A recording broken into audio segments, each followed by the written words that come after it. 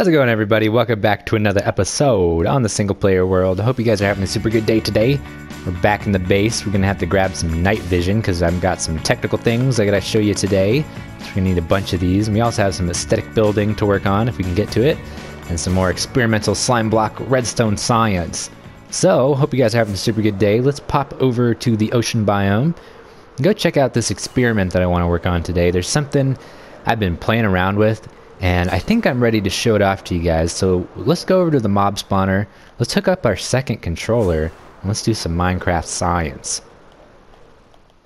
Okay, night vision applied. Mob spawner is a go, and we have it turned off at the moment. There's a block up there. And this thing is just going to keep spawning mobs, basically, and so we're going to be able to see what the situation is looking like. So we're going to grab the second controller and join the game. And you can see, when was the last time you saw this place? My gosh, it's been so long ago. I'll leave a link in the description, maybe a card, to the episode in which I built the charged creeper farm down below. So let's go take a gander real quick. Let's go look at this thing. And oh my gosh. Okay, let's try it one more time. That was not the way we were supposed to do that. Let's hop down here and not die this time. And come check out what we got down here, because it's pretty cool. So I've been having to redesign this place because creepers, what in the heck?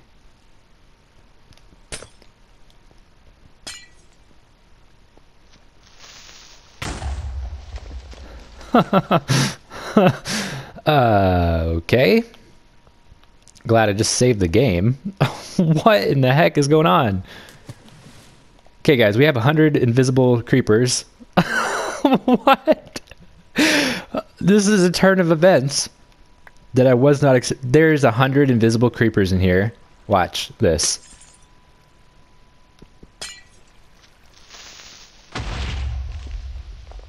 Guys, what is going on here? Oh my god. Minecraft.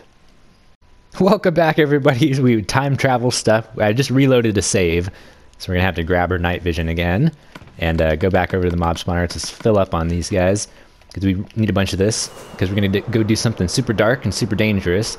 So I'm trying to figure out, basically, a peaceful mob switch on console edition, because it doesn't work the same as PC. And so I think I figured it out here. So let's fly back to the mob spawner, and while we're doing that, we can join with the other character. And this time, there's going to be creepers in the farm because there's some visual error going on, and they're all here, and we also have a bunch of charged creepers as well. So I'm going to show this place off just a little bit. We've got our mob spawner away in the distance. It's not loaded at the moment, but we had to do that super far away so we could transport mobs from outside of render distance back into render distance, so we could bypass the mob cap. And my gosh, this is kind of difficult to do two controllers at once. Okay, let's drink a night vision. You can see there's nothing on the platforms. This is huge. This is a big game-changing thing. Okay, so we've bypassed the mob cap. We've got, like, I don't even know, like 7 by 13 a grid here, and so there's a bunch of creepers, and they're all name tagged. So basically what's happening is, because we bypassed the mob cap so extremely, no other mobs are going to be able to spawn in the world for other players. So we've done it, right? We've assembled a peaceful mob cap. Well, not quite, because basically what's happening here is there's a mob cap. So back in the episode when I did the charged creeper farm, I found this out, but I've now just started to understand what it really means. So let's go over to the guardian farm. I'll show you what I'm talking about. There are individual caps for individual mobs, and there's 2 layers of each cap. It's so hard to explain, so let's try and just give you a really quick explanation here. And look at the lag. The lag is caused because of this 2 different mob caps acting in one. So we actually have guardians spawning over here. If we could get it to happen. Come on. I know it'll happen. I just watched it happen. There we go. We got a guardian. Well, we just saw one drop. There we go. More guardians over here. You can see them. So this means, guys, there's a mob cap for creepers and other of the hostile mobs like skeletons and zombies and spiders and witches and endermen. And then there's also a guardian mob cap, and I'm assuming there's also a zombie pigman cap, and so maybe some other ones as well. So this is huge information, and we're going to use this to do something kind of cool today, which I will show you now. Okay, I will show you this now, and I've just disconnected the second controller just for a minute so we can get a better visual of this before I start it up. And we might run into the issue, and which is the reason why I'm trying to figure out this peaceful mode switch with the other controller while we're doing this at the same time. So it might be a good example. So down here by the Guardian Farm, we have the start of a tunnel. So let's hop down this tunnel, and you can see the latest Slimestone experimentation device.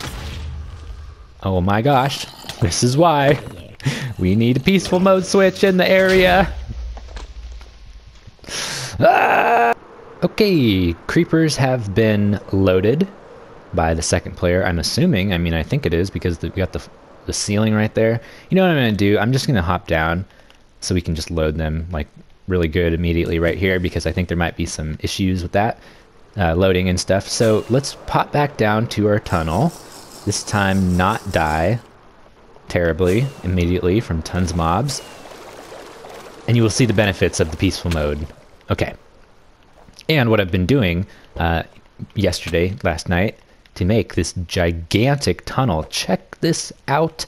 Okay, so now that we're down here, and now that don't have a ton of mobs in this tunnel, I can disconnect that second controller in a second, and I can show you this machine without split screen, and we should be good as long as we don't really like leave the area. Okay, let's exit the game. Dun, dun, dun. And you can see immediately we have mobs in the tunnel, which is not good. We need to be very, very careful. We also have uncovered some lava and water, which I'm going to need to clear out before I start this thing up. But look at this freaking device. This is so cool. So this is the Il Mango design. I'll leave a link where you leave links, and so you can build this up yourself. And this works awesome on the console edition with no changes required to it. So basically we just got this little slime block contraption here that's going to launch your TNT forward. We got a duper over here. This is your standard duper, and it's got a fence underneath it to protect it from the lava. And for some reason I think that helps it like launch it forward when it is duplicated for the first time, which is really weird. I'm not sure how that works, but anyway, it gets launched forward. It lands on this little pusher thing that goes up, and this block right here pushes it forward. The slabs align it, and it'll blow up right in front of our machines.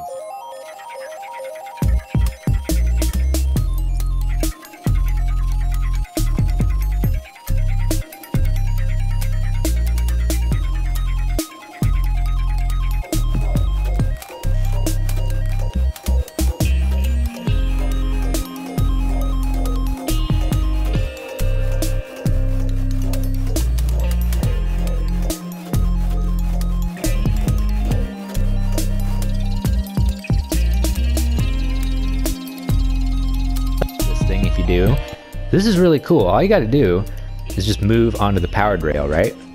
It kind of bounces you around a couple times sometimes, but if you just hold the button, you'll go forward. You can let go of the button and it'll start to work. So I'm just going to watch this for a second, make sure it doesn't cause a problem. That lava will be fine. As long as we're blowing up the 7x7 area in front of the machine, then we will be good. And it does that every single time the TNT blows up, unless there's like liquid in the way. So it should be good to go. We should be able to pass right by this. And from what I've seen as well, it's actually really hard for the TNT to blow up from lava. So I think we'll be good in that respect too. And check out this big lava lake we're going to come up on. Crazy. So I just saved. So if anything goes wrong, we can just reload the device. But look at how this is just charging right through. No issue. I bet it's going to break going through this big lava though. Yeah, this looks like a big lake to go through. I really doubt it's going to make it. So let's just test it out. I'm just see what happens here. Should be interesting. What's going to happen is we're not going to break the blocks required for the machine to be able to travel through unblocked. I think that'll be the issue. But looking at it, I mean, it seems to be doing okay. Sometimes you just get really unlucky with the lava. Sometimes it works fine. Did it just break? No. Look at that, we got a skeleton. And there's a creeper above us. Oh my god. Do not. And he just totally ruined everything. Guys, this is why peaceful mob switch. Is this gonna just work though? Through this? This is blowing my mind. Okay, now it blew up. You can see there, that is an issue with it. Alright, well, we're learning some valuable stuff about this machine. Definitely need to have it in peaceful mode. Oh my gosh, we almost fell in the lava again. Definitely need to have it in peaceful mode because that kind of stuff will happen to you. And obviously you need to clear your path from the lava. But you saw it working there. And it's just amazing that this thing is working so well on the console edition without any issues. Super cool. So check out this tunnel I blasted with this thing. It's absolutely insane. It's something like 600 blocks or something. Check this out. It's probably more, actually. This is a huge, huge tunnel. And it took me like an hour. It was crazy. It just blasted right through all of this. I had to stop it like 3 or 4 times. You see lava there. You see sand right there, so I had to block that up. There's some more sand right there, and it went through that lava totally fine. Super cool. And we're going to pop out. Check out where this tunnel goes to. Get some more fireworks. Ow, ow, ow. This tunnel goes straight to the perimeter. Dun, da, da. And we've had a bunch of progress here as well. So check this out. We got one more duper to let rip all the way through, and it's going to clear out the perimeter completely. There's going to be a couple random blocks hanging out, but I'm just going to go through and mine them out by hand, like you see this block right here.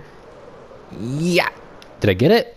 Oh, but man, I actually got it. That was crazy. So, yeah, that's pretty cool. This tunnel is going to work really well for us for a couple of different things. One of the things it's going to do really well is transport villagers, mobs, and materials without having to load the nether, because if you weren't aware, zombies, I just saw a zombie, a villager will not be able to be teleported through the nether without having to load both ends of the nether, so both portals. You need a second controller. So we'll be able to do that through this tunnel between our technical area and our technical perimeter with this tunnel without having to, plug in a second controller, which will be cool. But the main thing about it is we need to spawn proof it, right? We need to make sure that this tunnel isn't full of mobs when we're transporting villagers, or else that would just be a super, super big deal. So I'm going to try to figure out how exactly it is that we're going to make this tunnel function, like appropriately. So there's a little bit of work to do. So I'm going to just play around with it, and I'll bring it back once I have something figured out. Okay, guys, ready for the big reveal? You can see I'm sliding around. I finished the tunnel last night. I watched American Made. It was a movie, and I didn't like it because it was Tom Cruise. I don't like Tom Cruise, but bam! Surprise! Tunnel's all done. So let me talk about how I did this. So basically, I put ice down one side of this, right? I cleared the blocks out by hand. It didn't take me very long, like 20 minutes or something. I cleared all the blocks out so it was a nice flat surface. It was actually surprisingly quick. And then I just turned this into water and then walked over the top of it with Frostwalker 2. So this is all frosted ice. And then I just slabbed it, and I was like, what kind of block do we have just like an insane amount of I can fill my inventory up with? So I just went with Prismarine, crafted up some of that, and I pillared sideways with Netherrack, and so I just jumped along here and broke it all afterwards with the pickaxe, and it works out super great. So let's test this out. There's still some areas where mobs can spawn, but it's pretty lit up, so I haven't actually seen a mob in here since I finished the tunnel. Pretty cool, and check out how fast we're going. It's freaking awesome. Okay, I'm really curious to do a test here. So let's fly down this with Flight Duration 3 rockets, and then we'll do it with a boat. And using the power of the editing software, we'll see which one is faster. So we just started our time on this guy, and let's just fly down pretty much as quick as possible. I don't want to run out of rockets. So let's see, do we have any more? We do have more rockets. Try and just kind of spam them so we get the full speed of the rocket. Let's try and get down to the end of it, and then we'll time it on the boat, and we'll see which one is faster. Very interested to see the results here, actually. I'm guessing the boat's going to be faster. And we made it. Okay, it was approximate, but we made it. Alright, so hop on the boat. And time and start. This one's interesting. It seems faster to me, doesn't it? It seems faster. It's more foolproof, too, because you don't have to, like, aim. You can just hold the button, and you don't even have to look. You can just, like, go watch YouTube. You'll be to the end in a minute. I don't know. I'm thinking this one's going to be faster. This is interesting. Not to mention there's no material cost with it either.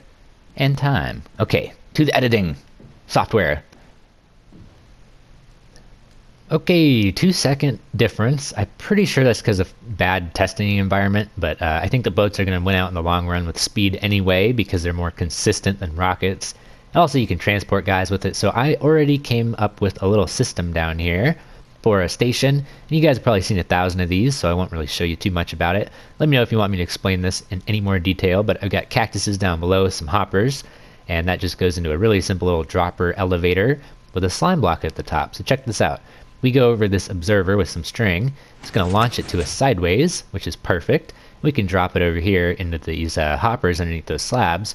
We don't want the boat. So it's perfect because what you can do is if you have this slot equipped, right, you can walk up and you can basically just hit the button.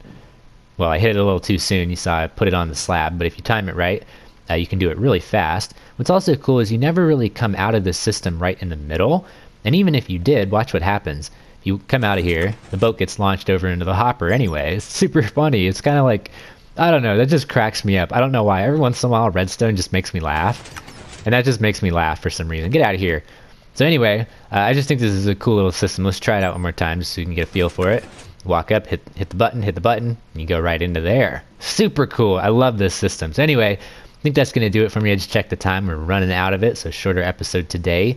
But in the next one, we're going to come back with some epic progress. Let's just cruise over here real quick and check out what I've been working on. So the next one, we're going to start work on the technical perimeter. So I didn't really get to the aesthetic building, and I think it's going to take me a little while longer, just because we've got some epic things planned here. So check this out. In the next one, we will continue work on this crazy, crazy place. So thanks for watching. Hit the like button if you liked it, and I'll see you in the next one. Have a good day. Bye-bye.